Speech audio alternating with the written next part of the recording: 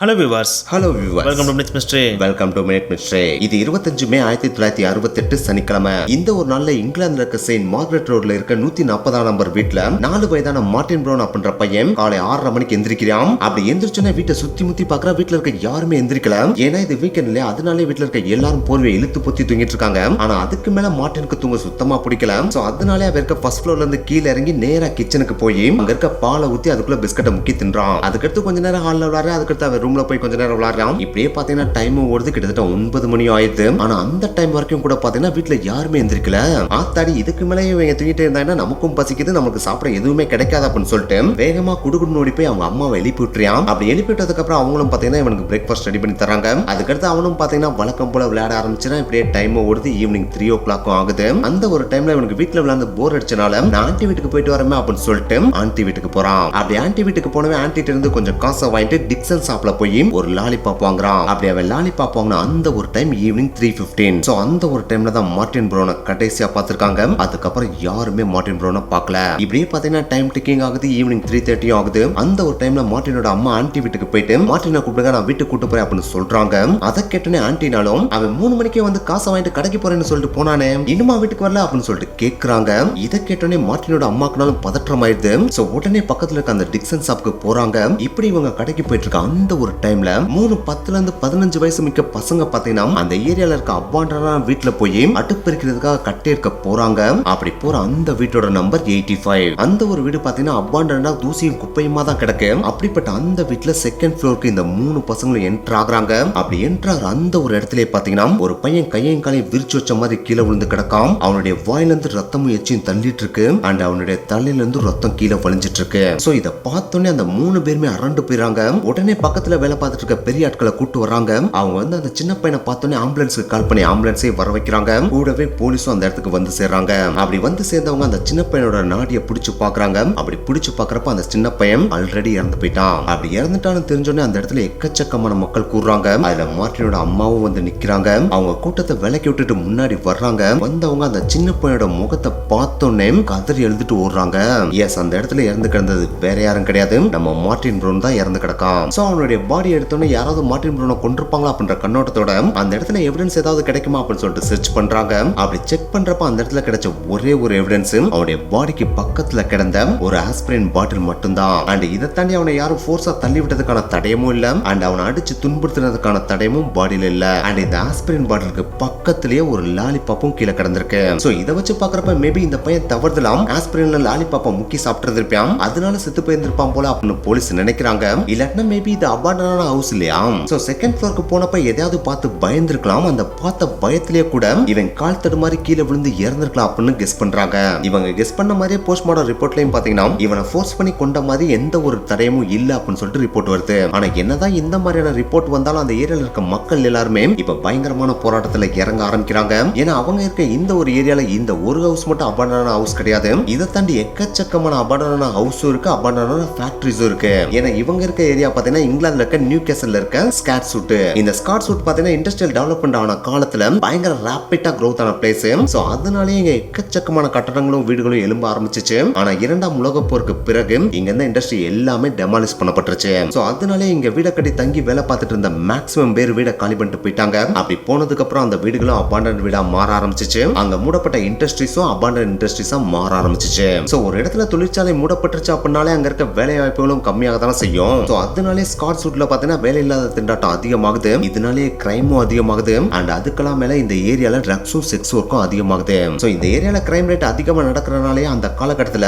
ஸ்காட்வுட் ரோட்ல பாத்தீங்கன்னா எப்ப பார்த்தாலும் போலீஸ் ரைட் இருந்துகிட்டே இருக்குமா. ஆனா என்னதான் இந்த பிளேஸ் இவ்வளவு இன்செக்யூர்டா இருந்தாலும் எக்கச்சக்கமான வயலன்ஸ் நடந்தாலும் இந்த ஏரியால இருக்க மதர்ஸ் பாத்தீங்கன்னா தன்னுடைய பிள்ளைகளை ஃப்ரீயா விளையாட விட்டுருவாங்களாம். சோ அதனாலே அந்த ஏரியால இருக்க சின்ன பிள்ளைலாம் பாத்தீங்கன்னா அங்க இருக்க அபாண்டன்ட் ஹவுசஸ், அபாண்டன்ட் ஃபேக்டரிஸ்ல தான் போய் ஓடி பிடிச்சு விளையாடுறது, ஒளிஞ்சு பிடிச்சு விளையாடுறதுன்னு சொல்லிட்டு விளையாண்டுட்டு இருப்பாங்களாம். சோ அப்படி விளையாடுறப்பதான் இந்த மார்ட்டின் ப்ரவுன் இறந்து போயிட்டான். இதுக்கு கவர்மெண்ட் தான் பதில் சொல்லி ஆகணும். நீங்க உடனே இந்த ஏரியால இருக்க அபாண்டன்ட் ஹவுஸ் அண்ட் அபாண்டன்ட் ஃபேக்டரிஸை டெமாலிஷ் பண்ணுங்க அப்படின்னு சொல்லிட்டு போராட ஆரம்பிச்சிடறாங்க. அப்படி போராடுறப்ப அந்த ஏரியால இருக்க எல்லா ஆட்களும் ஒன்னு சேர்ந்தாம் ரோட்ல போராடிட்டு இருக்காங்க.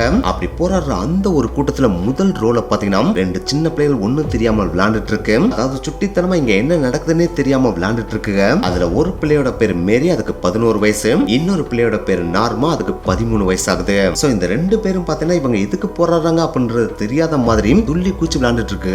இத வெளியில இருந்து பாக்குற எல்லாருமே இது அந்த வயசு அப்படின்னு தான் நினைச்சிட்டு இருக்காங்க. ஆனா உண்மையிலேயே மார்ட்டின் ப்ரௌனை கொண்டது இந்த 2 பேர்ல ஒருத்தியான மேரி அப்படின்றது அங்க இருக்க யாருக்குமே தெரியாது. So welcome to the story of youngest female serial killer of the world, Mary Bell. இந்த ஒரு இன்சிடென்ட் நடந்த அடுத்த 2வது நாளே, அதாவது 27 மே 1968ல ஸ்காட்ஸ்வுட்ல இருக்கிற ஒரு நர்சரி கார்டன்ல பாத்தீங்கன்னா ஒரு அசம்பாவிதம் நடக்குது. அந்த அசம்பாவிதம் நடந்த உடனே போலீஸ்க்கு அதை இன்ஃபார்ம் பண்றாங்க. அப்படி இன்ஃபார்ம் பண்ண உடனே போலீஸ் அந்த இடத்துக்கு வர்றாங்க. அப்படி வந்து பாக்குறப்ப அந்த நர்சரி ஃபுல்லாமே பாத்தீங்கன்னா கம்ப்ளீட்டா அலங்கோலமா கிடக்கு. அதாவது அந்த நர்சரியில இருந்த புக்ஸ், நோட் எல்லாமே பாத்தீங்கன்னா அங்கிட்டு தூக்கி போடப்பட்டிருக்கு. அங்க இருக்கிற டேபிள் சேர்னு சொல்லிட்டு பாத்தீங்கன்னா எல்லாமே கீழே விழுந்து அலங்கோலமா கிடக்கு. சோ அதை போலீஸ் பார்த்த உடனே ஒருவேளை திருடிங்க யாரும் உள்ள வந்திருப்பாங்களோ, உள்ள இருக்கிற ஏதாச்சும் பொருள் காணாம போச்சா அப்படின்னு சொல்லிட்டு கேக்குறாங்க. ஆனா அதுக்கு அந்த நர்சரி கார்டனை சேர்ந்தவங்க உள்ள இருக்கிற எந்த பொருளுமே காணாம போல, ஆனா இந்த நர்சரி கார்டனை மட்டும் யாரோ வந்து அலங்கோலப்படுத்திட்டு போயிட்டாங்க அப்படின்னு சொல்லிட்டு சொல்றாங்க. உடனே போலீஸ் உள்ள யாராச்சும் வந்துட்டு போனதுக்கான தடையா இருக்கான்னு சொல்லிட்டு தேடுறாங்க. அப்படி தேடுறப்ப அந்த நர்சரி கார்டன்ல இருக்கிற சுவர்ல பாத்தீங்கன்னா வரிசையா எக்கச்சக்கமான நோட்ஸ் எழுதி ஒட்டப்பட்டிருக்கு. அப்படி எழுதப்பட்ட அந்த ஒவ்வொரு நோட்ஸ்லயுமே வினோதமான சில வேர்ட்ஸ் எழுதப்பட்டிருக்கு.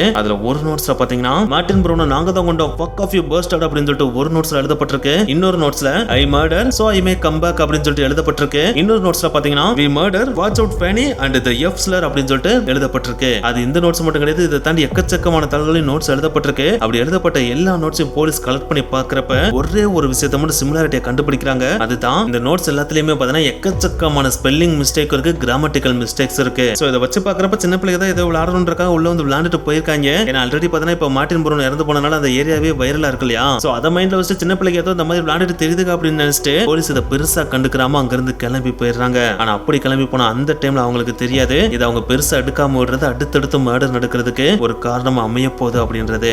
இந்த ஒரு இன்சிடென்ட் நடந்து 9 வாரங்கள் கழித்து இன்னும் கொஞ்சம் எக்ஸாக்டா சொல்லணும் அப்படின்னா ஜூலை மாசம் 31ஆம் தேதி 1968வது வருஷம் 3 வயதான பிரியான் காபி அப்படின்ற ஒரு சின்ன பையன் பார்த்தா அவங்க வீட்டுக்கு முன்னாடி அவனோட நாய்க்குட்டியோட சேர்ந்து விளையாண்டுட்டு இருக்கான். இவன் இந்த மாதிரி சாயந்தர டைம்ல வீட்டுக்கு வெளியில நாய்க்குட்டியோட விளையாடுறது அப்படின்றது ரெகுலரான ஒரு பழக்கமா தான் வச்சிருந்தான். ஒன்ஸ் அவன் சாயந்தரம் இந்த மாதிரி விளையாண்டு முடிச்ச உடனே நைட்டு பார்த்தா சாப்பிடுறதுக்கு வீட்டுக்குள்ள வந்துருவான். ஆனா அன்னைக்கு டேல நைட்டு வெகு நேரமாகி அவன் வீட்டுக்குள்ள வரவே இல்லை. டின்னர் டைமும் வருது. சோ டைனிங் டேபிள்ல டின்னர் வச்சுட்டு ரெடியா உட்கார்ந்திருந்த அவங்க அம்மா அப்பா 2 பேருமே பிரியான் சொல்லிட்டு அவனை கூப்பிடுறாங்க. அவங்க எவ்வளவுதான் கூப்பிட்டாலும் பிரியான் வீட்டுக்குள்ள வர்ற மாதிரியே தெரியல. என்னவே பண்ணிட்டு இருக்கா, நைட் இவ்வளவு நேரம் ஆச்சு இன்னும் வெளியே நாய் வச்சு விளையாண்டுட்டு இருக்கான் அப்படின்னு சொல்லிட்டு அவங்க வீட்டுக்கு வெளியில போயிட்டு பிரியான் சொல்லிட்டு கத்தி பாக்குறாங்க. என்னத்த கத்தி பார்த்தாலும் பிரியான் அந்த இடத்துல இருக்கிற மாதிரியே தெரியல. சோ தான் பையன் வீட்டுக்கு முன்னாடி இல்லன்றது தெரிஞ்ச உடனே அக்கம் பக்கத்துல போயிட்டு உங்க வீட்டுக்கு வந்தானு சொல்லிட்டு விசாரிக்கிறாங்க. ஆனா யார்கிட்ட விசாரிச்சு பார்த்தா பிரியான் பக்கத்து வீட்டுக்கு போன மாதிரியே தெரியல. வேற வழி இல்லாம அவங்க வீட்டை சுத்தி இருக்கிற பிளேஸ்ல அவங்க தேட ஆரம்பிக்கிறாங்க. இந்த மாதிரி அவங்க தேட ஆரம்பிக்கிறத பார்த்த உடனே அக்கம் பக்கத்துல இருக்கிற எல்லாருமே ஒன்னு சேர்ந்து பிரியானோட ஃபேமிலிக்கு ஹெல்ப் பண்ற விதமா அந்த நைட் டைம்ல அவங்க வீட்டுக்கு பின்னாடி இருக்கிற காட்டுக்குள்ள தேட ஆரம்பிக்கிறாங்க. ஆனா என்னதான் இந்த மாதிரி பிரியானோட அம்மா அப்பா அக்கம் பக்கத்துல இருக்கிற எல்லாரும் ஒன்னு சேர்ந்து பிரியானை தேடினாலும் அவங்களால பிரியானை கண்டுபிடிக்கவே முடியல. சோ இதுக்கு மேலே நம்ம மட்டும் என்ன வேலைக்கே ஆகாது, இந்த விஷயத்தை நம்ம போலீஸ்ல உடனே இன்ஃபார்ம் பண்ணுவோம் அப்படின்னு சொல்லிட்டு போலீஸ் பிரியானை காணோம் அப்படின்னு சொல்லிட்டு மிஸ்ஸிங் கேஸும் ஃபைல் பண்றாங்க. அப்படி ஃபைல் பண்ண உடனே போலீஸ் அந்த இடத்துக்கு விரைந்து வந்து தேட ஆரம்பிக்கிறாங்க. அப்படி தேடினதோட பலனா இரவு 11:10 மணி அளவுல பிரியானோட பாடி பாத்தீங்கன்னா பிரியானோட வீட்டுக்கு பின்னாடி இருக்கிற ஒரு வேஸ்ட் லேண்ட்ல இருந்து எடுக்கப்படுது. அவரோட பாடிக்கு மேல கம்ப்ளீட்டா கிராஸ் போட்டு கவர் பண்ணியிருந்தனாலேயே அந்த இடத்துல அக்கம் பக்கத்துல அவங்க தேடுறப்ப அதை பெருசா கண்டுக்கிறாம போயிருந்திருக்காங்க. ஆனா போலீஸ் கையில கம்ப வச்சு அங்கிட்டு சொல்லிட்டு ஆடிட்டே போறப்ப அங்க இருந்து புள்ள லைட்டா நகர்ந்ததை வச்சுதான் கீழே பாடி இருக்கு அப்படின்றதையும் நோட் பண்ணியிருந்திருக்காங்க. சோ பிரியானோட பாடியை பார்த்தோன்னே அவங்க அம்மா அப்பா கதறி எழுதிட்டு போய் பிரியானை தூக்க போறாங்க. ஆனா அந்த டைம்ல போலீஸ் அவங்களை தடுத்து நிப்பாட்டி உங்க பையன் இறந்துட்டான், அவரோட பாடியை நீங்க தொட்டு தூக்குனீங்க அப்படின்னா எங்களால எவிடன்ஸ் எதுவுமே கலெக்ட் பண்ண முடியாது. சோ கொஞ்ச நேரம் அமைதியா இருங்க அப்படின்னு சொல்லிட்டு ஃபாரன்சிக் டீம் அவரை வச்சு அந்த இடத்துல இருக்கிற எவிடன்ஸ் ஏதாச்சும் கலெக்ட் பண்ண முடியுமான்னு சொல்லிட்டு கலெக்ட் பண்ண சொல்றாங்க. இப்படி ஒரு பக்கம் கலெக்ட் பண்ணிட்டு இருக்கப்போ பிரியானோட பாடியை போஸ்ட்மார்ட்டத்துக்கு அனுப்பி விடுறாங்க. அப்படி அனுப்பி விடுறதுக்கு முன்னாடி அவனோட பாடியை கம்ப்ளீட்டா போட்டோ எடுத்து பாக்குறப்ப எக்கச்சக்கமான வினோதமான விஷயங்கள் அவனோட பாடியில இருக்கிறத நோட் பண்றாங்க. அதுல ஒன்னு அவனோட கழுத்து சுத்தி பார்த்தீங்கன்னா ஸ்ட்ராங்கான கைத்தடு இருக்கு. சோ அதை வச்சு பாக்குறப்ப யாரோ கழுத்து நெரிச்சுதான் பிரியானை கொண்டிருக்காங்க அப்படின்றது தெரிய வருது. அது மட்டும் கிடையாது, அவனோட கழுத்தை சுத்தி சில ஸ்கிராச்சஸும் இருக்கு. ஆனா அந்த 3 வயதான பிரியானோட மூக்கு இருக்கு பாத்தீங்களா, அந்த மூக்கை பிடிச்சு நல்லா கிள்ளி மூக்கு அடைச்சதுக்கான சில தடயமும் இருக்கு. அண்ட் அவனோட ஃபேஸ்ல எக்கச்சக்கமான ஸ்கிராச்சஸ் இருக்கு. அண்ட் அவனோட மவுத்ல இருந்து ரத்தமும் வழிஞ்சிட்டு இருக்கு. கூடுதலா அவனோட வயித்துல பாத்தீங்கன்னா எம் அப்படின்ற சிம்பிளும் பிளேட வச்சு எழுதுனதுக்கான தடயமும் இருக்கு. இந்த எம் அப்படின்ற சிம்பிளை பாக்குறப்ப இனிஷியலாவே இந்த எம் அப்படின்னு போட்ட மாதிரி தெரியல. ஸ்டார்டிங்ல என்ன அப்படின்ற மாதிரி அந்த வயித்துல கீறி இருக்கானுங்க. ஆனா ஒன்ஸ் அந்த பிரியாணி இருந்ததுக்கு அப்புறம் தான் என்ன வெளியே தெரியக்கூடாது அப்படின்றதுக்காக எண்ணுக்கு நடுவில் ஒரு கோடை போட்டு அதை எம்மா மாத்திருக்கானுங்க அப்படின்றது அந்த வயித்துல இருக்கிற சிம்பிளை பாக்குறப்பே தெளிவா போலீஸால புரிஞ்சுக்க முடியுது. சோ இந்த மாதிரி பிரியாணோட பாடியை வெளியில இருந்து பாக்குறப்ப தெரியற சின்ன சின்ன விஷயங்களை பாத்தீங்கன்னா போலீஸ் நோட் பண்ணிக்கிறாங்க. அப்படி நோட் பண்ண உடனே போஸ்ட்மார்ட்டத்துக்கு அனுப்பி விடுறாங்க. அப்படி அனுப்பிட்டதுக்கு அப்புறம் போஸ்ட்மார்ட்டம் ரிப்போர்ட்டும் வருது. அந்த ரிப்போர்ட் படி பிரியானோட கழுத்துக்கு ரைட் சைடுல 3 ஸ்கிராச்சஸ் இருக்கு, லெஃப்ட் சைடுல 2 ஸ்கிராச்சஸ் இருக்கு. பிரியானோட மூக்க நல்லா அழுத்தி கிள்னதுக்கான தடயமா சின்ன கைவிரல்கள் பிரியானோட மூக்குல நல்லா ஸ்ட்ராங்கா பதிவா இருக்கு. அந்த பிரியானோட பிறப்புறுப்பு கம்ப்ளீட்டா கட் பண்ணப்பட்டிருக்கு. அண்ட் பிரியானோட தொடை மற்றும் கால்கள்ல கிட்டத்தட்ட 6 இடத்துல பிளேட வச்சு கீறி கீழ்னதுக்கான தடயங்களும் இருக்கு அப்படின்னு சொல்லிட்டு போஸ்ட்மார்ட்டம் ரிப்போர்ட் கொடுக்குறாங்க. அந்த போஸ்ட்மார்ட்டம் ரிப்போர்ட்ல இன்னொரு விஷயத்தையும் கூடுதலா மென்ஷன் பண்றாங்க. இந்த பிரியானோட பாடியில இருக்கிற கைத்தடங்கள் அண்ட் கொடுக்கப்பட்ட ஃபோர்ஸ் அண்ட் பிளேட வச்சு சீச்சதுல கொடுக்கப்பட்ட அழுத்தம் இதெல்லாம் வச்சு நம்ம கால்குலேட் பண்ணி பாக்குறப்ப இது அடல்ட் செஞ்ச கொலை மாதிரி தெரியல, ஏதோ சிறுவர் செய்த கொலை மாதிரி தான் தெரியுது அப்படின்ற ஒரு விஷயத்தையும் மென்ஷன் பண்றாங்க. சோ அதை பார்த்த உடனே போலீஸே ஷாக் ஆயிடுறாங்க. என்னடா அது வினோதமா இருக்கு, ஒரு சைல்டா வந்து இறக்கமே இல்லாம இந்த சின்ன பையனை கொண்டிருப்பான் அப்படின்னு சொல்லிட்டு போலீஸ் செம்மையா ஷாக் ஆகிறாங்க. ஆனா என்னதான் ஷாக் ஆனாலும் ரிப்போர்ட் இந்த மாதிரி வந்திருக்கு இல்லையா, சோ வேற வழியே இல்ல நம்ம இன்வெஸ்டிகேஷன் ஸ்டார்ட் பண்ணியான்னு சொல்லிட்டு இந்த ரிப்போர்ட் வந்து அடுத்த நிமிடமே கிட்டத்தட்ட ஸ்காட்லாந்துல இருக்கிற 1000 வீடுகள்ல இருக்கிற 1200 குழந்தைகளை தனித்தனியா கூப்பிட்டு இன்வெஸ்டிகேட் பண்றாங்க. அப்படி இன்வெஸ்டிகேட் பண்ணதுல கொஞ்சமா ஃபில்டர் பண்ணி கடைசியா பாத்தீங்கன்னா 2 பேரை ஃபில்டர் பண்ணி எடுக்கிறாங்க. அந்த 2 பேருமே பாத்தீங்கன்னா பொம்பளை பிள்ளைகளா இருக்கு. அதுல ஒரு பொண்ணோட பேரு மேரி, இன்னொரு பொண்ணோட பேரு Norma. Yes, first Martin Brown இறந்தப்போ போராட்டத்துல முன்னாடி நின்றுகிட்டு ஒண்ணுமே தெரியாத மாதிரி விளையாண்டுட்டு இருந்தாங்க பாத்தீங்கன்னா 2 பேரு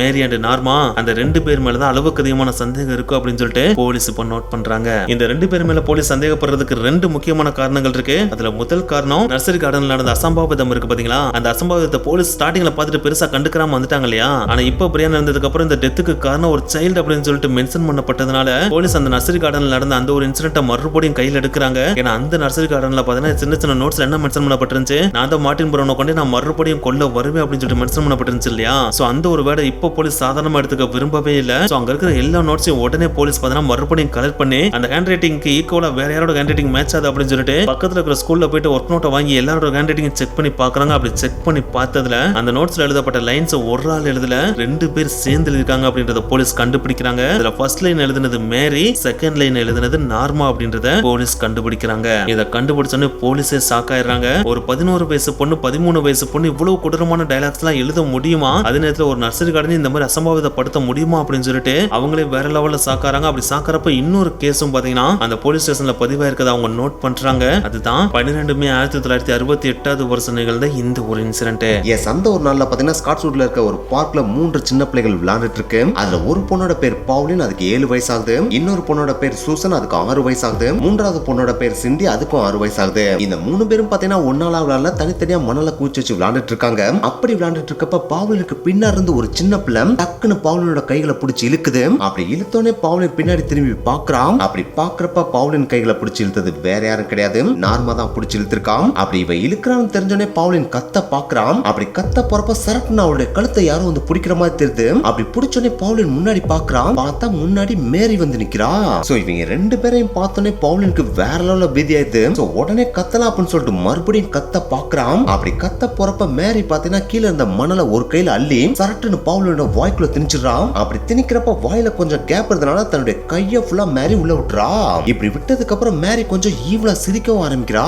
அதை பார்த்தோன்னே நார்மாக்குனால பக்குன்னு ஆயிடுது. உடனே டக்குன்னு பவுலினோட கையை விட்டுறான். அப்படி கையை விட்டனே பவுலின் தன்னுடைய கையை வச்சு மேரிய சரட்டுன்னு தள்ளி விட்டுட்டு அங்கிருந்து ஓடிடுறா. அப்படி ஓடினது பவுலின் மட்டும் கிடையாது, மேரியோட சேலை பார்த்த நார்மாவும் அங்கிருந்து தெரிச்சு ஓடிடுறா. அப்படி இவங்க 2 பேரும் தெரிச்சு ஓடினதை பார்த்த மேரி அதே இடத்துல உட்காந்து விழுந்து சிரிச்சிட்டு இருக்கா.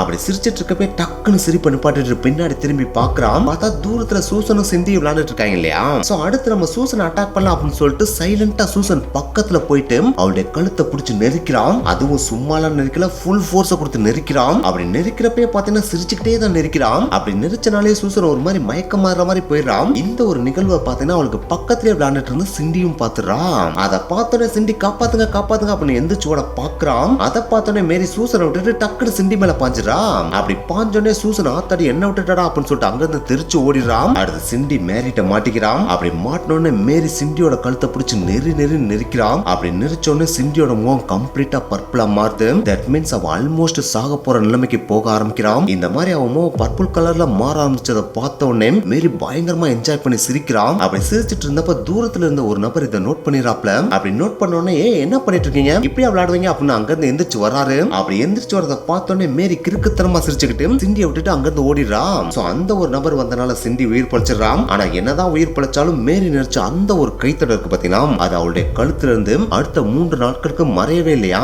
சோ இதை கேள்விப்பட்ட பவுலினோட அம்மாவுக்கு செம்ம கடுப்பாயிடுது. சோ இப்படி பண்ண மேரியை நம்ம சும்மா விடக்கூடாது, போலீஸ்ட புடிச்சு கொடுத்துடணும் அப்படின்னு சொல்லிட்டு போலீஸ்ட போய் கம்ப்ளைண்ட் பண்றாங்க. ஆனா என்னத்த கம்ப்ளைண்ட் பண்ணாலும் மேரி சின்ன பிள்ளைன்றனால ஏதோ விளையாட்டுத்தனமா விளையாண்டுருப்பாங்க அப்படின்னு சொல்லிட்டு கண்டுக்காம விட்டுறாங்க. அப்படி பதிவு பண்ணப்பட்ட அந்த ஒரு கம்ப்ளைண்ட் தான் இன்னொரு எவிடன்ஸா இப்ப போலீஸ் எடுத்துறாங்க. சோ இப்ப மேரி அண்ட் நார்மாக்கு எதிராக 2 எவிடன்ஸ் இருக்கு. ஒன்னு அந்த நர்சரி கார்டன்ல நடந்த இன்சிடென்ட், இன்னொன்னு இந்த பார்க்ல நடந்த இன்சிடென்ட். ஆனா என்னத்தான் இந்த மாதிரியான விஷயம் விஷயங்களை போலீஸ் கலெக்ட் பண்ணாலும் இந்த ரெண்டு பேரும் இதை நாங்க தான் பண்ணோம் அப்படின்னு ஒத்துக்கணும் இல்லையா? அப்படி ஒத்துக்கிட்டாதானே இவங்க ரெண்டு பேரையும் தூக்கி ஜெயில போட முடியும். சோ அதனால இந்த நார்மா அண்ட் மேரிட்ட மட்டும் எக்கச்சக்க தடவை இன்வெஸ்டிகேஷன் நடத்துறாங்க. அப்படி நடத்துறப்போ ஒவ்வொரு டைமும் ஒவ்வொரு விதமான ஸ்டோரி இந்த ரெண்டு பேரும் மாத்தி மாத்தி சொல்றாங்க. அதுல ஒரு முக்கியமான ஸ்டோரினா மேரி சொன்ன இந்த ஸ்டோரி தான். அதாவது பிரையான் இறந்த அன்னைக்கு பிரையானோட இன்னொரு 8 வயசு பையனை பார்த்தேன் அப்படின்னு சொல்லிட்டு மேரி சொல்றான். அந்த 8 வயசு பையன் பிரையான ரோட்லயே வச்சு அடியடி நடிச்சிட்டு இருந்தான். அது மட்டும் கிடையாது, அவனுடைய கையில ஒரு உடைஞ்சு போன சில்வர் கலர் சிசர் வச்சிருந்தான். அந்த சிசரை வச்சு பிரையானோட நாயோட வாளை வெட்டிட்டு இருந்தான். அது மட்டும் கிடையாது, அந்த சிசரை வச்சு இவனை குத்த வர மாதிரி வேற கைய வாங்கினான். சோ மேபி அவன் கூட பிரையானை கொன்றுக்கலாம் அப்படின்னு சொல்லிட்டு மேரி போலீஸ்ட்ட சொல்றான். இதை கேட்டோன்னே போலீஸ்னால ஒருவேளை மேரி சொல்றது உண்மையா இருக்குமோ அப்படின்னு சொல்லிட்டு நம்ப ஆரம்பிக்கிறாங்க. இப்படி இவங்க நம்புறதுக்கு ஒரு காரணம் இருக்கு. ஏன்னா இந்த 8 வயசு பையன் கையில ஒரு உடைஞ்ச சில்வர் கலர் சிசர் வச்சிருந்தா அப்படின்னு சொல்லிட்டு மேரி சொன்னா இல்லையா? அந்த ஒரு சிசர் பாத்தீங்கன்னா பிரையான் இறந்ததுக்கு அப்புறம் அவனுடைய பாடிக்கு பக்கத்துல கிடந்திருக்கு. ஆனா அப்படி ஒரு சிசர் பிரையானோட பாடிக்கு பக்கத்துல கிடந்துச்சு அப்படின்றத பப்ளிக்கா போலீஸ் யார்ட்டையுமே சொல்லல. ஏன் மீடியாட்ட கூட இதை இன்ஃபார்ம் பண்ணல. சீக்கிரட்டா போலீஸ் மட்டும் தான் இதை எடுத்து வைக்கவே செஞ்சிருக்காங்க. சோ அப்படிப்பட்ட இந்த சிசரை மேரி பார்த்ததா சொல்லியிருக்கா இல்லையா? சோ வெளியவே தெரியாத சிசரை கரெக்டா இவ சொல்றா அப்படின்னா இவ சொல்றதுல உண்மை இருக்கலாம் அப்படின்னு சொல்லிட்டு அந்த 8 வயசு பையனை விசாரிக்க போறாங்க. ஆனா அப்படி விசாரிக்க போறப்ப தான் அவங்களுக்கே தெரியுது அந்த இன்சிடென்ட் நடந்த அன்னைக்கு அந்த 8 வயசு பையன் இந்த ஏரியாலயே இல்ல, அவன் அவங்க அம்மா அப்பா கூட ஏர்போர்ட்ல இருந்தே அப்படின்றது. சோ தட் மீன்ஸ் இந்த கதையை முழுக்க முழுக்க கற்பனையா எழுந்தது மேரி தான் அப்படின்னு போலீஸ் இப்ப தெரிஞ்சுக்கிறாங்க. அப்படி தெரிஞ்சோடனே மேபி மேரி கூட பிரையானை கொன்றுக்கலாம் அப்படின்னு புரிஞ்சுக்கிறாங்க. இந்த உண்மையை நம்ம தெரிஞ்சுக்கணும்னா இவளுடைய ஃப்ரெண்டான நார்மா கூப்பிட்டு நம்ம விசாரிச்சா உண்மை வெளிவந்துரும் அப்படின்னு சொல்லிட்டு நார்மா கூப்பிட்டு மறுபடியும் விசாரிக்கிறாங்க. அப்படி விசாரிக்கிறப்பெல்லாம் பாத்தீங்கன்னா நார்மா அந்த இன்சிடென்ட் நடந்த அந்த டைம்ல நான் என் ஃப்ரெண்டு கூட விளையாண்டுட்டு இருந்தேன் அப்படின்னு தான் சொல்லியிருக்கான். ஆனா அந்த ஃப்ரெண்ட்ஸ்கள் கிட்ட போய் கேட்கிறப்பதான் போலீஸ்க்கே தெரிஞ்சிருக்கு நார்மா ஃப்ரெண்ட்ஸ்கள் கூட எல்லாம் விளையாடல, மேரி கூட தான் போயிருக்கா அப்படின்றது. சோ இது தெரிஞ்சோன்னா இந்த ஃப்ரெண்ட்ஸ் எல்லாரையும் கூப்பிட்டு உட்கார வச்சு இங்க பாரு நீ இவங்க கூட தான் விளையாண்டேன்னு சொன்னா ஆனா இவங்க கூட விளையாடவே இல்ல அப்படின்னா நீ மேரி கூட தானே போயிருக்கா அப்படின்னு சொல்லிட்டு போலீஸ் கேட்கறாங்க. இந்த கேள்விக்கு மட்டும் நீ உண்மையை சொல்ல அப்படின்னா உன்னை நாங்க ஜெயிலுக்குள்ள தூக்கி போட்டுருவோம். அப்படி தூக்கி போட்டதுக்கு அப்புறம் நீ வெளியவே வர முடியாது அப்படின்னு சொல்லிட்டு பிளாக்மெயிலும் பண்றாங்க. அப்படி பிளாக்மெயில் பண்ணோன்னே நார்மா ஒரு உண்மையை சொல்றா. எஸ், பிரையான் கொல்லப்பட்ட அன்னைக்கு சாயந்தரம் 5:30 மணி போல மேரி தான் பிரையான் கொல்லப்பட்ட இடத்துக்கு என்னை கூட்டு போனா. அங்க கூட்டு போய் பிரையானோட பாடியை என்கிட்ட காமிச்சா. இங்க பாத்தியா இந்த கொலை பண்ணது நான் தான், இவன் இப்ப செத்து போயிட்டான். இவனை நான் எப்படி கொன்னேன்னு தெரியுமா? கழுத்து நினைச்சு துடிதுடிக்க கொன்னேன். அது மட்டும் கிடையாது, இவனுடைய பிறப்புறுப்பை அறுத்து போட்டு எக்கச்சக்கமான கீரல்களையும் இவன் பாடியில போட்டேன். அதெல்லாம் செய்யறப்ப எனக்கு செம்ம ஜாலியா இருந்துச்சு அப்படின்னு சொல்லிட்டு ஈவ்ல சிரிச்சுட்டே சொன்னாலாம். அது மட்டும் கிடையாது, அவனுடைய வயித்துல நான் பிளேட வச்சு என் சிம்பிளையும் போட்டிருக்கேன். அந்த எண்ணு வேற யாரும் கிடையாது, நார்மா நீ தான் அப்படின்னு சொல்லிட்டு சிரிச்சிருக்கா. இதை கேட்டோன்னே நார்மாக்குனாலும் பக்குன்னு வச்சது. அடிப்பாவி நீ கொண்டது இல்லாம என்னையும் மாட்டிவிட ட்ரை பண்றியா அப்படின்னு சொல்லிட்டு ஒழுங்கா அந்த என் சிம்பிளை மாத்திரு அப்படின்னு சொன்னேன். அப்படி சொன்னதுக்கு அப்புறம் தான் அந்த என் சிம்பிளுக்கு நடுவுல ஒரு கோடை போட்டு எம்மா மேரி மாத்தினா அப்படின்னு நார்மா சொல்றா. சோ இந்த ஒரு வாக்குமூலம் பாத்தீங்கன்னா போலீஸ்க்கு ஒரு செம்மையான எவிடன்ஸ் அமையுது. ஏன்னா போலீஸ் ஆல்ரெடி கெஸ் பண்ணியிருந்தாங்க இல்லையா, பிரையானோட பாடியில இந்த சிம்பிள் ஃபர்ஸ்ட் எம்மால என்னதான் இருந்திருக்கு, அதுக்கப்புறம் தான் நடுவுல கோடை போட்டு எம்மா மாத்திருக்காங்க அப்படின்னு. சோ அந்த ஒரு விஷயம் இப்ப நார்மா சொல்றப்ப மேரி தான் இதை பண்ணிருக்கா அப்படின்னு ப்ரூஃப் ஆகுது இல்லையா. சோ இதுக்கு மேலே நம்ம வெயிட் பண்ண வேணா, மேரி அரெஸ்ட் பண்ணிடலாம் அப்படின்னு சொல்லிட்டு போலீஸ் முடிவு பண்றாங்க. ஆனா என்னத்த முடிவு பண்ணாலும் மேரிக்கு எதிராக எவிடன்ஸ் வேணும் இல்லையா. சோ அதுக்காகவே நார்மாட்ட பிளேட வச்சு தான் பிரையானோட உடல்ல மேரி எழுதான்னு சொன்னேன். அந்த பிளேட மேரி என்ன பண்ணா அப்படின்னு சொல்லிட்டு நார்மாட்ட கேக்குறாங்க. அதுக்கு நார்மா அந்த பாடிக்கு பக்கத்துல இருந்த ஒரு கல்லு கடியில அவன் மறைச்சு வச்சுட்டா சார் அப்படின்னு சொல்றா. அப்படி சொன்னோடனே அந்த பிளேட் இருக்க இடத்த உன்னால காட்ட முடியுமா அப்படின்னு சொல்லிட்டு போலீஸ் கேக்குறாங்க. நார்மாவும் அந்த இடத்துல போயிட்டு கரெக்டா காட்டுறான். போலீஸும் கல்ல தூக்கி பாக்குறாங்க, அது கடியில பிளேட் இருக்கு. சோ இப்போ எவிடன்ஸும் கிடைச்சாச்சு, அடுத்து என்ன மேரி அரெஸ்ட் பண்றதானே. சோ இப்போ அல்லேக்கா மேரியை தூக்கிட்டு வந்து போலீஸ் ஸ்டேஷன்ல உட்கார வச்சு விசாரிக்க ஆரம்பிக்கிறாங்க. ஆனா அப்படி விசாரிக்கிறப்ப நார்மா இப்படியா சொன்னா, ஆத்தாடி அவதான் சார் கெட்டவ, செய்யறதெல்லாம் செஞ்சுட்டு கடைசியில என்ன மாட்டி விடுறா பாத்தீங்களா, அவதான் சார் பாடி இருக்க இடத்துக்கு என்ன கூட்டு போயிட்டு அவ கொண்டதான் சொன்னா, இப்ப எல்லாத்தையும் உல்டாவா மாத்தி விட்டுட்டு என்ன மாட்டி விட்டு போறா சார் அப்படின்னு போலீஸ் சொல்லிருக்கா. இதை கேட்டோன்னே போலீஸ்க்குனால செம்மையான கன்ஃபியூஷன் கிரியேட் ஆக ஆரம்பிச்சிருது. என்னடா இது நார்மா சொல்றத நம்புறதா இல்லாட்டி மேரி சொல்றத நம்புறதா அப்படின்னு சொல்லிட்டு போலீஸ்க்கு சுத்தமா தெரியல. சோ அதனாலேயே வேற வழியே இல்லாம மேரிய வெளியே விட்டுறாங்க. அப்படி வெளியே விட்டதுக்கு அப்புறம் ஆகஸ்ட் 7ஆம் தேதி பாத்தீங்கன்னா பிரையானோட இறுதி சடங்கு நடக்குது. அந்த இறுதி சடங்கு நடக்கிற இடத்துக்கு பாத்தீங்கன்னா அந்த ஏரியால இருக்கிற எல்லா மக்களும் சின்ன பிள்ளைங்க எல்லாருமே பாத்தீங்கன்னா ஒண்ணு கூடுறாங்க. அப்படி கூடுற அந்த ஒரு இடத்துக்கு போலீஸும் வர்றாங்க. அந்த இடத்துக்கு போலீஸ் வந்ததுக்கு 2 காரணம் இருக்கு. ஒன்னு பிரையானுக்கு இறுதி அஞ்சலி செலுத்துறது, இன்னொன்னு பிரையானை கொண்டது நார்மாவா இல்ல மேரியான்றத கண்டுபிடிக்கிறதுக்காகவும் அந்த இடத்துக்கு வந்திருக்காங்க. எஸ், அந்த இடத்துக்கு வந்ததுல இருந்தே போலீஸ் பாத்தீங்கன்னா நார்மா அண்ட் மேரியோட ஆக்டிவிட்டிஸை கம்ப்ளீட்டா நோட் பண்ண ஆரம்பிக்கிறாங்க. அப்படி நோட் பண்றப்பதான் நார்மாவோட ஆக்டிவிட்டிஸ் ஓரளவுக்கு நார்மலா இருக்கதையும், அதே இது மேரியோட ஆக்டிவிட்டிஸ் கம்ப்ளீட் ஸ்ட்ரேஞ்சா இருக்கதையும் நோட் பண்றாங்க. எஸ், அந்த இறுதி அஞ்சலி நடக்கிற இடத்துல இருக்கிற எல்லா மக்களுமே பாத்தீங்கன்னா கம்ப்ளீட்டா சோகமா சேடா இருக்காங்க. அப்படி சேடா இருக்கிற எல்லாரோட முகத்தை பார்த்து பார்த்து பார்த்து இந்த மேரின்றவோ விழுந்து விழுந்து சிரிச்சிட்டு இருந்திருக்கான். சோ இதை பாக்குறப்ப போலீஸ்க்கு ஒரு மாதிரி அள்ளு விட்டுருது. சோ உடனே பக்கத்துல இருந்த ஒரு அம்மாட்ட, என்னங்க மேரின்ற பொண்ணு இப்படி விழுந்து விழுந்து சிரிச்சிட்டு இருக்கா, இவரோட நேச்சுரலான கேரக்டரே இப்படிதானா இல்ல இன்னைக்கு தான் வினோதமா நடந்துக்கிறாளா அப்படின்னு சொல்லிட்டு போலீஸ் கேக்குறாங்க. அப்படி கேட்டோடனே அந்த பக்கத்துல இருந்த அம்மா, சார் இவ உண்மையிலே கொஞ்சம் வினோதமான ஆளுதான் சார், ஏன்னா நானும் என்னோட பையனை மார்ட்டின் ப்ரௌனை இழந்துதான் நின்றுட்டு இருக்கேன். என் பையன் இருந்தாலும் சார் அவ இறந்ததுக்கு அப்புறம் அடுத்த 2 வாரம் கண்டினியூஸா இந்த மேரின்றவ திரும்ப திரும்ப என் வீட்டுக்கு வந்துட்டே இருந்தா. அப்படி வந்த அவ நான் மார்ட்டினை பார்க்கணும்னு சொல்லிட்டு கேட்டுட்டே இருப்பா. அப்படி கேட்கறப்பலாம் நானு ஸ்வீட்டி மார்ட்டின் இறந்து போயிட்டா அவனை உன்னால பார்க்க முடியாது அப்படின்னு சொல்லிட்டு அவளை நான் அனுப்பி விட்டுருவேன். ஆனா என்னத்தை அனுப்பி விட்டாலும் அடுத்தடுத்துனா அவன் மறுபடியும் வந்து நான் மார்ட்டினை பார்க்கணும்னு சொல்லிட்டு தொல்லை பண்ணிட்டே இருந்தா. சோ ஒரு ஸ்டேஜுக்கு மேல நான் செம்ம கடுப்பாகி உனக்கெல்லாம் புரிஞ்சுக்கிற வயசு தானே, அவன் இறந்து போயிட்டா அவனை நாங்க மண்ணுக்குள்ள வச்சு புதைச்சிட்டோம், இனிமேல் உன்னால அவனை பார்க்கவே முடியாதுன்னு சொல்லிட்டு கோவமா சொன்னேன். அப்படி நான் கோவமா சொன்னோன்னே அவ என்னை பார்த்து பயங்கரமா சிரிச்சுட்டு அவன் செத்து போனா என்ன ஆண்டி சவப்பட்டிக்குள்ள தானே வச்சு புதைச்சிருக்கீங்க, அப்படி புதைச்ச அவனை சவப்பட்டியை தூக்கி வெளியே எடுத்து காமிங்க, நான் அவன் முகத்தை பார்த்துட்டு போயிரு அப்படின்னு சொல்லிட்டு சிரிச்சுட்டே சொன்னா. அதை கேட்டோன்னே எனக்கு ஒரு மாதிரி இருளடிச்ச மாதிரி ஆயிடுச்சு. ஆத்தாடி விராட அல்டிமேட் சைக்கோவா இருப்பா போல அப்படின்னு சொல்லிட்டு அவளை வீட்டை விட்டு வெளியே அனுப்பிட்டு டக்குன்னு கதவை அடைச்சிட்டேன். அப்படி கதவை அடைச்சு அடுத்த 5 to 10 நிமிஷம் வரைக்கும் அவ கதவுக்கு வெளியில இருந்து சிரிச்சுட்டே தான் இருந்தா. அப்படி சிரிச்சு கொஞ்ச நேரம் கழிச்சுதான் அவ என் வீட்டை விட்டு போனா அப்படின்னு சொல்லிட்டு மார்ட்டினோட அம்மா போலீஸ் இதை சொல்றாங்க. இதை கேட்டோடனே போலீஸ் கன்ஃபார்மே பண்ணிடுறாங்க. பிரியானை மட்டும் மேரி கொள்ளல, மார்ட்டினை கொண்டதே மேரி தான் அப்படின்றத. சோ அப்படி கன்ஃபார்ம் பண்ண உடனே இதுக்கு மேலே நம்ம மேரிய வெளியே விட்டோம் அப்படின்னா இந்த ஏரியால இருக்கிற எந்த ஒரு சின்ன பையனோட உயிருக்கும் உத்தரவாதம் கிடையாது, இவ்வளவு உடனே அரெஸ்ட் பண்ணுவோம் அப்படின்னு சொல்லிட்டு கொஞ்சம் கூட யோசிக்காம மேரி அரெஸ்ட் பண்ணி கூட்டு போய் ஜெயில உட்கார வச்சிடறாங்க. அப்படி அரெஸ்ட் பண்ணதுக்கு அப்புறம் எதுக்கு இந்த 11 வயசு பொண்ணு இந்த ஒரு சின்ன வயசுல இவ்வளவு கொடூரமான ஒரு சீரியல் கில்லரா மாறினா அப்படின்றது தான் போலீஸ்க்கு இருந்த ஒரு மிகப்பெரிய கேள்வியா இருந்துச்சு. சோ அதனாலே அவளோட பத்தின பேக் டிராப் ஸ்டோரி நம்ம கலெக்ட் பண்ணோம் அப்படின்னு சொல்லிட்டு அவளோட பேக் டிராப் ஸ்டோரியை கலெக்ட் பண்ணி பாக்குறாங்க. அப்படி கலெக்ட் பண்ணி பாக்குறப்பதான் அவளோட டார்க்கான பேக் டிராப் ஸ்டோரியும் அவங்களுக்கு தெரிய வருது. எஸ், இந்த மேரிபெல் பாத்தீங்கன்னா மே 26, 1957 வருஷம் இதே நியூ காஸ்டல்ல தான் பெட்டிபெல் அப்படின்ற ஒரு பெண்மணிக்கு பிறக்கிறா. இப்படி மேரிபெல் பிறந்த அந்த ஒரு டைம்ல இந்த அம்மா பெட்டிபெல் இருக்காங்க பாத்தீங்களா, அவங்களுக்கு வயசு எவ்வளவு அப்படின்னு பாத்தீங்கன்னா வெறும் 17 வயசு தான் இருக்கு. அது மட்டும் கிடையாது, மேரிபெல்லோட அம்மாவான இந்த பெட்டிபெல் இருக்கா பாத்தீங்களா, இவளோட கேரக்டர் ரொம்ப நல்ல கேரக்டர் அப்படின்னு சொல்லிடவே முடியாது. இந்த பெண்மணி அந்த நியூ காஸ்ட்ல பாத்தீங்கன்னா செக்ஸ் ஒர்க் பண்ற ஒரு பெண்மணியா தான் இருந்திருக்காங்க. சோ அதனாலே தான் பிரெக்னன்ட் ஆனது அவங்களுக்கு சுத்தமா பிடிக்கவே இல்ல. அப்படி பிரெக்னன்ட் ஆகி ஒரு பொன் குழந்தை வரை அவங்க பெத்து எடுத்துட்டாங்க இல்லையா. சோ அதனாலேயே இந்த மேரிபெல் பிறந்த உடனே அவங்க சொன்ன முதல் வார்த்தையே இந்த சிட்டை என்கிட்ட தள்ளி எடுத்துட்டு போங்க, இவளை எங்கிட்டாச்சும் போய் தூக்கி போட்டுருங்க அப்படின்ற வேர்டை தான் முதல் வேர்டாவே அந்த பெட்டிபெல் சொன்னாங்களாம். சோ அந்த ஒரு முதல் வேர்ட்ல இருந்து நம்ம தெரிஞ்சுக்கணும் மேரிபெல் பிறக்கிறப்பே பெட்டிபெலுக்கு மேரிபெல்ல பிடிக்கல அப்படின்றது. சோ அந்த ஒரு வெறுப்பை அப்போ மட்டும் பெட்டிபெல் காமிக்கல, அதுக்கு அடுத்தடுத்து மேரிபெல் வளர தன்னோட வெறுப்பு எல்லாத்தையும் மேரிபெல் மேலதான் போட்டு கொட்டிட்டே இருந்தாங்களாம். இன்னும் கொஞ்சம் எக்ஸாம்பிளோட மேரிபெல்ல எப்படிலாம் குடும்பப்படுத்தினாங்கன்றத சொல்லணும்னா, மேரிபெலுக்கு சின்ன வயசுல அதாவது 2 to 3 வயசு அந்த ஒரு ஏஜ்ல பாத்தீங்கன்னா பெட்லயே ஒண்ணுக்கு போற பழக்கம் இருந்திருக்கு. இது வந்து நேச்சராவே அவங்களுக்கு நடக்கிற ஒரு விஷயம். அதாவது அவங்களாலே கண்ட்ரோல் பண்ண முடியாம ஒண்ணுக்கு பெட்லயே தூங்குறப்ப போயிருவாங்க. ஆனா இப்படி ஒன்ஸ் அவங்க பெட்ல ஒண்ணுக்கு போயிட்டாங்கன்றது பெட்டிபெல்லுக்கு மட்டும் தெரிஞ்சிருச்சு அப்படின்னா மேரிபெல்ல உடனே எழுப்பி விட்டு அந்த ஒண்ணுக்கு போன அந்த ஒரு இடத்துல மூஞ்சி பிடிச்சி அமுக்குன்னு அமுக்கி பயங்கரமா அடியை போட்டு கொடுமைப்படுத்துவாங்களாம். சோ அந்த ஒரு அடினாலே அந்த ஒரு தண்டனைனாலே பாத்தீங்கன்னா சின்ன வயசுல மேரிபெல் அவங்க அம்மாவை பாக்குறப்பே பயந்து தான் வளர ஆரம்பிச்சிருக்கா. அது மட்டும் கிடையாது, பெட்டிபெல் தாங்கிட்ட வர கஸ்டமர்ஸ் இருப்பாங்க பாத்தீங்களா, அதாவது ஆண் கஸ்டமர்ஸ் இருப்பாங்க பாத்தீங்களா, அவங்க எக்ஸ்ட்ரா காசு கொடுத்து மேரிபெல் அடிக்க சொன்னாங்க அப்படின்னா பெட்டிபெல் யோசிக்காம அந்த காசை வாங்கிட்டு மேரிபெல் அடின்னு அடிச்சு துன்புறுத்தவும் செய்வாளாம். அதை பார்த்து அந்த கஸ்டமர்ஸ் சந்தோஷப்படுவாங்களாம். இது மட்டும் கிடையாது, எக்கச்சக்க தடவை பாத்தீங்கன்னா மேரிபெல்ல கொல்றதுக்கும் இந்த பெட்டிபெல் ட்ரை பண்ணி இருந்திருக்கா. ஒரு தடவைலாம் பாத்தீங்கன்னா 2வது மாடியில இருந்து மேரிபெல்ல கீழே கூட தள்ளி விட்டுருக்கா. அப்படி தள்ளி விடுறப்ப கீழே சோஃபா இருந்ததுனால மேரிபெல் கீழே விழுந்து கொஞ்சம் உயிர் பொழைச்சிட்டா. அதுக்காக இந்த ஒரு ட்ரை மட்டும் தான் பண்ணிருக்கா அப்படின்னு சொல்லிட முடியாது. ஒரு தடவைலாம் பாத்தீங்கன்னா ஃபாரின்ல ஸ்மார்ட்டிஸ் அப்படின்னு சொல்லிட்டு நம்ம ஊர்ல ஜெம்ஸ் இருக்கு பாத்தீங்களா, அந்த மாதிரி கலர் கலரான முட்டாய்ஸ் இருக்கும். அந்த முட்டாயை எக்கச்சக்கமா எடுத்து மேரிபெலோட வாய்க்குள்ள போட்டு திணிச்சு விட்டாலாம். சோ அதனால 4 வயசான மேரிபெல் பாத்தீங்கன்னா அன்கான்சியஸான ஸ்டேஜுக்கு போயிட்டாலாம். அப்படி போன அவளுக்கு ஹாஸ்பிட்டலுக்கு கூட்டு போய் அதுக்கடுத்து ரொம்ப கஷ்டப்பட்டு தான் உயிர் பழிக்கவே வச்சாங்களாம். இந்த மாதிரி கொடூரமான விஷயத்தை யாரா பண்ணுதுன்னு சொல்லிட்டு டாக்டர் கேட்கிறப்ப மேரிபெல்லுக்கு ஆதரவா இன்னொரு பொண்ணு வந்து தைரியமா இது ஒரு அம்மா பெட்டிபெல் தான் சார் பண்ணாங்கன்னு சொல்லிட்டு சொல்லியிருக்காங்க. அந்த ஒரு பொண்ணு பாத்தீங்கன்னா மேரிபெலோட 1 வயசு மூத்த பொண்ணு, அதாவது மேரிபெல்லுக்கு 4 வயசு அப்படின்னா அந்த பொண்ணுக்கு 5 வயசு ஆகுது. அந்த ஒரு 5 வயசு பொண்ணு தான் பாத்தீங்கன்னா அப்போதைக்கு மேரிபெல்லுக்கு இருந்த ஒரே ஒரு சப்போர்ட் அப்படின்னு சொல்லியானோ, அதாவது அவங்க 2 பேர் தான் நல்ல ஃப்ரெண்டாவே இருந்திருக்காங்க. ஏன்னா சின்ன வயசுல இருந்து மேரிபெல்ல பாத்தீங்கன்னா பெட்டிபெல் அடி நடிச்சு தானே வளர்த்தாங்க, அதுவும் கொடூரமா தானே வளர்த்தாங்க.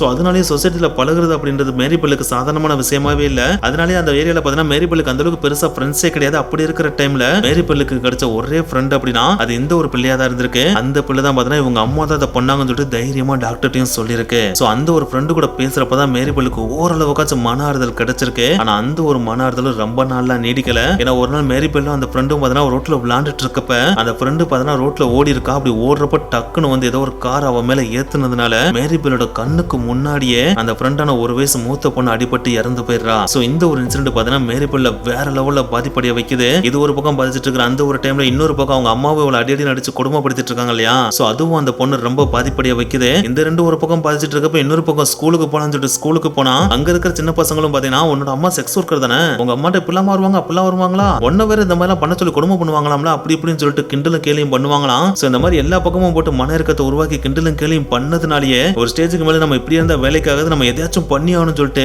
ஸ்கூல்ல கிண்டல் பண்ற எல்லாரையும் அடின்னு அடிக்க ஆரம்பிச்சாலாம். அப்படி அடிக்கிறப்ப அவங்க அழுகிறதையும் கஷ்டப்படுறதையும் பார்த்து பயங்கரமா சிரிச்சு என்ஜாய் பண்ணவும் ஆரம்பிச்சிருக்கா. சோ அந்த ஒரு டைம்ல இருந்து தான் இவ பயங்கரமான ஒரு சைக்கோ பார்த்தாவும் மாற ஆரம்பிச்சிருக்கா. சோ இவளோட எந்த ஒரு ஆக்டிவிட்டிஸை பார்த்த உடனே அந்த ஸ்கூல்ல இருக்கிற எந்த ஒரு பசங்களும் பார்த்தா இவ கூட சேரவே மாட்டாங்களாம். இவளை பார்த்தாங்கன்னா என்னன்னு கேட்டா என்னன்றதோட நிப்பாட்டிக்கிறாங்களே தவிர இவ கூட க்ளோஸா பழகுறது அப்படின்னு சொல்லிட்டு யாருமே பழக மாட்டாங்களாம். சோ அதனால இவளுக்கு ஃப்ரெண்ட்ஸ் அப்படின்னா ஜீரோ அப்படின்ற மாதிரி தான் இருந்திருக்கு. அப்படி இருந்த அந்த ஒரு டைம்ல இவளுக்கு கிடைச்ச புது ஃப்ரெண்டு தான் இந்த நார்மா அப்படின்ற இன்னொரு ஃப்ரெண்டு. இந்த நார்மாவும் மேரியும் ஒரே வயசு அப்படின்னு கேட்டா அதுவும் கிடையாது. மேரியை விட நார்மா பார்த்தா கிட்டத்தட்ட 2 வயசு மூத்தவ. இருந்தாலும் இந்த 2 பேருக்கு இடையில வேவ்லென்த் நல்லா ஒர்க் அவுட் ஆகுது அப்படின்றதுனாலயே இவங்க 2 பேரும் பார்த்தா க்ளோஸா பழக ஆரம்பிக்கிறாங்க. அப்படி பழகுறப்ப மேரி நார்மாட்ட உனக்கு எக்கச்சக்கமான புது புது விஷயங்களை உனக்கு செஞ்சு காமிக்க போறேன். அதெல்லாம் பண்றப்ப எனக்கு செம்மையான ஹாப்பினஸ் கிடைக்குது. அது உனக்கும் கிடைக்குதான்னு பாக்குறியா அப்படின்னு சொல்லிட்டு 11ஆம் தேதி மே மாசம் 1968 வருஷம் 3 வயசான ஜான் அப்படின்ற ஒரு பையனை நார்மாவும் மேரியும் பாத்தீங்கன்னா காது மூக்கு தொண்டையில இருந்து ரத்தம் வலிற மாதிரியான ஸ்டேஜ்ல பக்கத்துல இருக்கிற பப்புக்கு தூக்கிட்டு ஓடி வந்து இந்த பையன் மாடியில இருந்து கீழே விழுந்துட்டா உனக்கு ஹெல்ப் பண்ணுங்கன்னு சொல்லிட்டு அழுதுருக்காங்க.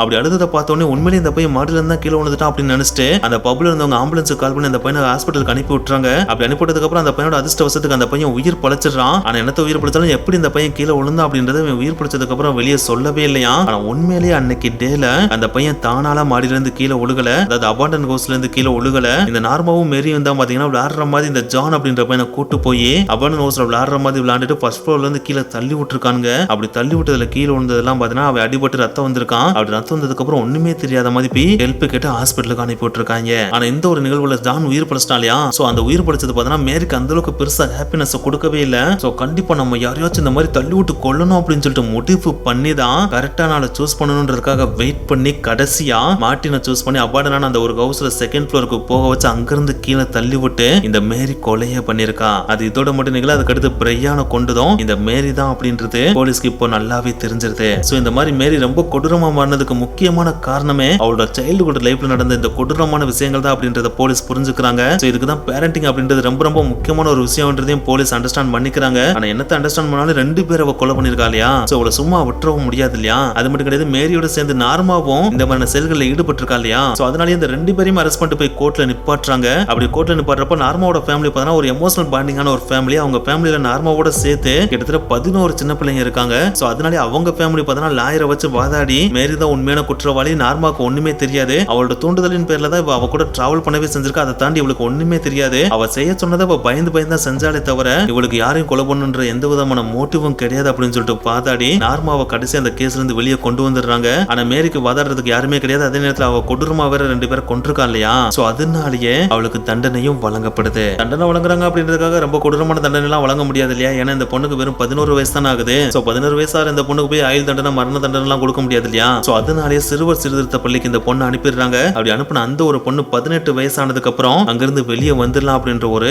ஆர்டரும் கொடுக்குறாங்க. சோ அங்க போன இந்த ஒரு மேரி பார்த்தா கடைசியில 18 வயசானதுக்கு அப்புறம் அங்கிருந்து வெளியே வந்ததாகவும் சொல்லப்படுது. அப்படி வெளியே வந்த அந்த ஒரு பொண்ணு தன்னோட ஐடென்டிட்டியை மாத்தி வேற ஒரு நேம்ல வாழ்ந்ததாகவும் சொல்லப்படுது. அப்படி ஐடென்டிட்டியை மாத்தினதுக்கு அப்புறம் இந்த பொண்ணு தான் மேரி அப்படின்றத வெளியில சொல்லவும் கூடாது, அதே நேரத்தில் வெளியில இருக்கிற யாரும் கேட்டு தெரிஞ்சுக்க கூடாது அப்படின்றதுக்கும் இங்கிலாந்து கவர்மெண்ட் பார்த்தீங்கன்னா அனானமிட்டி அப்படின்ற ஒண்ணு அவளுக்கு குழந்தை பிறந்து 18 வயசு ஆகிற வரைக்கும் நீடிச்சிடுறாங்க. இந்த அனானமிட்டி அப்படின்றது வேற கிடையாது, பெயர் தெரியாத தன்மை அப்படின்னு சொல்லுவாங்கல்ல. அது இந்தியால எல்லாம் பார்த்தீங்கன்னா ஒவ்வொருத்தருக்கும் ஒரு ஆதார் கார்டு இருக்கும். அந்த ஆதார் கார்டுல நம்மளோட பேர்ல மென்ஷன் பண்ணப்பட்டிருக்கும் இல்லையா. அதே மாதிரி ஒவ்வொரு நாட்டிலுமே அவங்களுக்குன்னு ஒரு கார்டு வச்சிருப்பாங்க. அந்த கார்டுல அவங்களோட நேம் இருக்கும் இல்லையா. அந்த ஒரு நேம் உண்மையான நேமா தான் இருக்கும். ஆனா இந்த மேரிக்கு மட்டும் அது உண்மையான நேமா இருக்க வேண்டிய அவசியம் கிடையாது. அது மாற்றப்பட்ட பேரா இருக்கலாம். அப்படி மாற்றப்பட்ட அந்த பேருக்கு உண்மையான பேர் என்ன அப்படின்றத யாரும் உங்ககிட்ட கேட்கவும் மாட்டாங்க. கவர்மெண்ட் அபிஷியல்ஸும் அதுக்கான சான்று கேட்க மாட்டாங்க அப்படின்ற ஒரு ரூல்ஸ் கொடுக்கறது அந்த அனானமிட்டி அப்படின்னு சொல்லுவாங்க. சோ இந்த ஒரு அனானமிட்டியை பார்த்தீங்கன்னா இந்த மேரிக்கு குழந்தை பிறந்து அந்த குழந்தைக்கு 18 வயசு ஆகுற வரைக்கும் நீடிச்சிருந்திருக்காங்க. கடைசி அந்த குழந்தைக்கு பார்த்தீங்கன்னா 18 வயசும் ஆயிருது. அப்படி 18 வயசு ஆனதுக்கு அப்புறம் இந்த அனானமிட்டி அப்படின்ற ஒன்று டிசால்வ் ஆயிருது இல்லையா. அப்படி ஆனதுக்கு அப்புறம் இவ யாருன்ற இன்ஃபர்மேஷன் வெளியே லீக் ஆக ஆரம்பிக்குது. அப்படி லீக் ஆன உடனே இவ்வளவு கொடூரமானாலா, இவளுக்கு நம்ம வீடு கொடுத்து வச்சிருந்தோம் அப்படின்னு சொல்லிட்டு வீட்டு ஓனர் மேரியை வீட்டை விட்டு அடிச்சு பத்தி விட்டுறாப்ல. அப்படி பத்தி விட்டதுக்கு அப்புறம் மேரி முதல்ல எக்கச்சக்கமான வீட்டுல போய் வீடு கேட்டிருக்கா. ஆனா அப்படி கேட்கறப்ப அவ யாருன்னு தெரிஞ்சதுனாலேயே யாருமே வீடும் கொடுக்க மாட்டேன்ட்டாங்களாம். சோ அதனாலேயே கோர்ட்ல போய் மறுபடியும் வாதாடி இந்த அனானமிட்டியை என் குழந்தைக்கு கல்யாணம் முடிச்சு அவளுக்கு ஒரு குழந்தை பிறந்து அதுக்கும் 18 வயசு ஆற வரைக்கும் நீங்க நீட்டிக்கணும் அப்படின்னு சொல்லிட்டு கேட்டதுக்கு என்னங்க அதுக்கும் கோர்ட் பெர்மிஷன் கொடுத்து அதுக்கடுத்து அனானமிட்டியை நீடிச்சிடுறாங்க. அப்படி நீட்டிச்சதுக்கு அப்புறம் ஒரு பெயர் மாற்றப்பட்ட பெண்ணாவே இங்கிலாந்துல இந்த மேரி வாழ்ந்து இறந்ததா சொல்லப்படுது. ஓகே வியூவர்ஸ், இந்த வீடியோ உங்களுக்கு பிடிச்சிருந்தா லைக் பண்ணுங்க, ஷேர் பண்ணுங்க, போகும்போது மறக்காம சேனலை சப்ஸ்கிரைப் பண்ணுங்க. நெக்ஸ்ட் வீடியோ மீட் பண்ணலாம். பை.